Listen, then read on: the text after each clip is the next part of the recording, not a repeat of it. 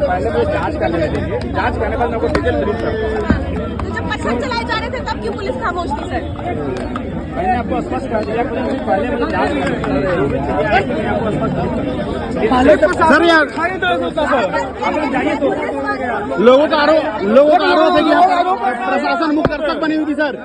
लोगों का आरोप लग रहा है सर प्रशासन का आरोप लग रही है कि प्रशासन के लोग मुक्त दर्शक बने हुए, इस पे क्या कहेंगे आप? इंक्वायरी करने दीजिए, मैंने आपको स्पष्ट कहा है कि मुझे पहले इंक्वायरी करने दीजिए। लोकल अधिकारी है उनसे बात कर लेता हूँ क्या हुई नहीं हुई, उसके बाद मैं आपको ब्रीफ कर दूँगा, ठीक है? लेकिन प्रशासन तो नहीं करेगा, हम लोग पहले काम करने दीजिए ना, काम तो करेंगे। नमस्कार, आप देख रहे हैं हल्ला बोल टीवी। मैं हूं दीपक शर्मा। अभी कांग्रेस मुख्यालय सदाकत आश्रम से हमारे संवाददाता अंकित वहां का जायजा लेकर आ रहे हैं और वे हमें बताएंगे कि वहां क्या कुछ हुआ है। इससे पहले हम आपको बता दें कि वहां हमारे संवाददाता अंकित जब गए तो वहां कांग्रेस और बीजेपी कार्यकर्ताओं के बीच पत्थरबाजी, ईंटों की बारिश, लाठी डंडे चल रहे थे और कई कांग्रेसी और बीजेपी कार्यकर्ताओं के सिर फट गए हैं। कांग्रेस मुख्यालय सदाकत भवन में, सदाकत आश्रम में जो गाड़ियां पार्क थी वो तोड़ दी गई हैं, कई कार के शीशे चकनाचूर कर दिए गए हैं। कई कांग्रेस कार्यकर्ता और कई बीजेपी कार्यकर्ताओं के घायल होने की सूचना है। तो हम अंकित से पूछते हैं, समझते हैं कि उन्होंने अभी वहां क्या देखा और उन्होंने वहां मौजूद एक डीएसपी मुरारी प्रसाद से भी बात की, उस बारे में भी वे हमें जानकारी देंगे। जी नमस्कार। अभी हम सदाकत आश्रम से आ रहे हैं। वहाँ पे बीजेपी और कांग्रेस के बीच घमासान बोलेंगे युद्ध हो गया है। एक बहुत बड़ी वहाँ पे लगभग भाजपा के 200 से 300 समर्थक आए और कांग्रेस के लोगों का आरोप है ऐसा कि वो हुड़दंगई करते हुए कार्यालय में घुस गए। उन्होंने तोड़फोड़ की, गाड़ियों को क्षतिग्रस्त कर दिया। वहाँ पे लगे एक टेलर थे उस पर तो उसका शीशा फोड़ दिया, उसमें आग लगाने का प्रयास किया गया, ऐसा आरोप है। वहाँ पे गाड़ी लगी हुई उसको तोड़ दिया गया है। बहुत सारे कांग्रेस कार्यकर्ताओं को गंभीर रूप से चोट आई है, उसके सर फटे हुए हैं, पूरा खून से वो लथपथ हैं और उसके साथ साथ वहाँ पे हजारों की संख्या में अभी भीड़ जुटी हुई है। लोगों का कहना है कि वहाँ पे जो पुलिस आई हुई थी, बिहार पुलिस के जवान, वो सिर्फ मुखदर्शक बनने का काम किए। वहाँ पे किसी तरह का सहयोग या ये दंगा को शांत कराने का कार्य उनके द्वारा नहीं किया गया। आपकी बात वहाँ डीएसपी मुरारी प्रसाद से भी हुई, उन्होंने क्या कहा? डीएसपी साहब ने ये बस एक बात छोटे से बात किया है और उन्होंने ये बात रखी कि अभी जांच का विषय है, जांच कर लेंगे, इसके बाद हम सब कुछ आपको अपडेट देते हैं। उन्होंने इसका क्या जवाब दिया कि पुलिस मुखदर्शक बनी रही? उस पर उन्होंने कुछ कोई टिप्पा टिप्पणी कार्य करने, हमारे द्वारा सवाल करने के बाद भी उन्होंने कुछ टिप्पा टिप्पणी नहीं किया। हल्ला बोल टीवी ने उनसे क्या पूछा? हल्ला बोल टीवी ने उनसे पूछा कि सर क्या बोलेंगे, बिहार पुलिस के जवान और बिहार पुलिस के पदाधिकारी यहाँ पे जब दंगा हो रही थी उस समय यहाँ पे मुखदर्शक बने हुए थे। इस पर उन्होंने कोई कमेंट नहीं किया। तो वहां पर आपने क्या देखा? पुलिस वहां मौजूद थी? बिल्कुल पुलिस मौजूद थी। पुलिस रोक रही थी? पुलिस नहीं, पुलिस मुखदर्शक बनी हुई थी। पुलिस मुखदर्शक बनी हुई थी जी। और बीजेपी और कांग्रेस कार्यकर्ताओं के बीच क्या हो रहा था? वहां पे पथराव होने लगा। अचानक से बीजेपी के बहुत सारे कार्यकर्ता आए और अचानक से हमला के दहशत फैलाने का कार्य किया। वहां सदाकत आश्रम? जी बिल्कुल, कांग्रेस ऑफिस सदाकत आश्रम में ये हमने देखने का काम किया। तो आपराधिक तत्व नहीं है। हमारे घर पर आकर कोई ईंट पत्थर चलाएगा तो ये आरएसएस की यहाँ नहीं चलेगी। बीजेपी ये हम लोग भी बिहारी हैं। अगर जिसने गाली दिया है उसको गुनाह किया है तो ये गाड़ी क्या गाड़ी तोड़ने का काम भाजपा वालों ने किया है? पूरा भाजपा आके देख लीजिए। आइए दिखाते हैं। जी चलिए। आइए देखिए उन गरीब आदमी का क्या गाड़ी।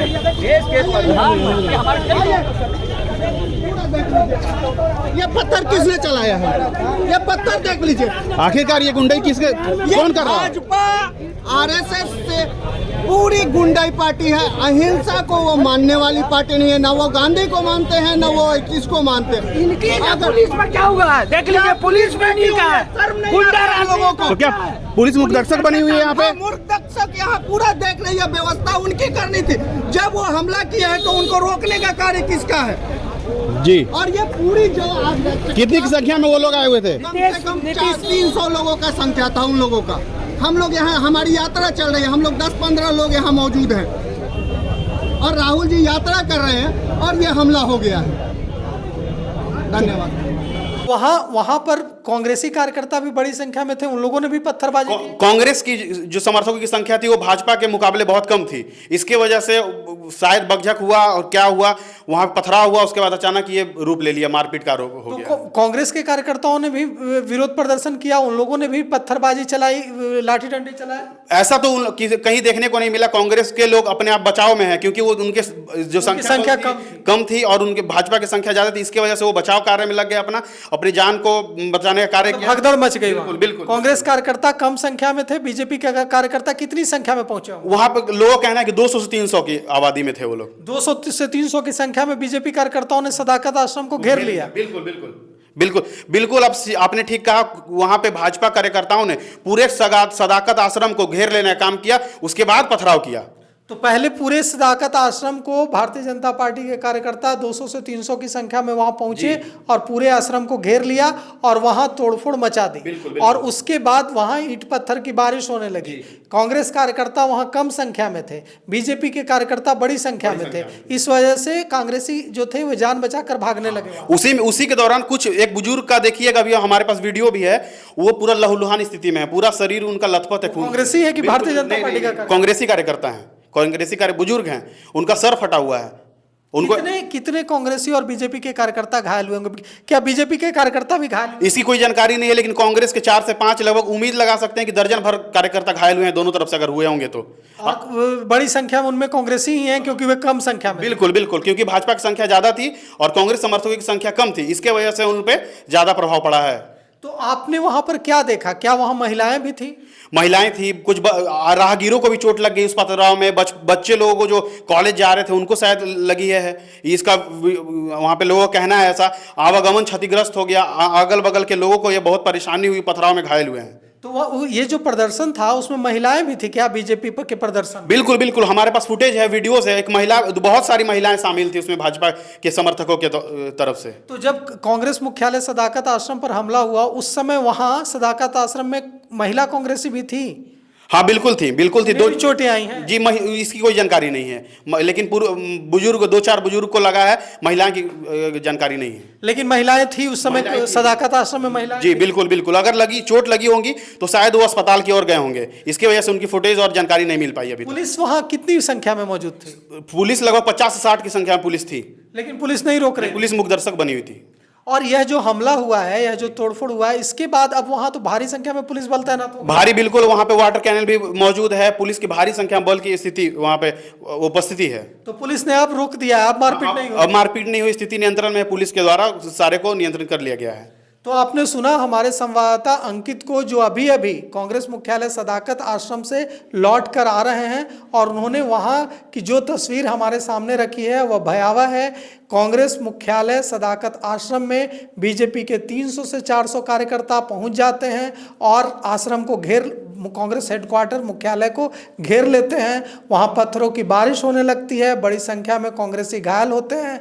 बीजेपी नेताओं का आरोप है कि उनके कार्यकर्ताओं को भी चोटें लगी हैं और कांग्रेस के कार्यकर्ताओं ने भी पत्थरबाजी की है।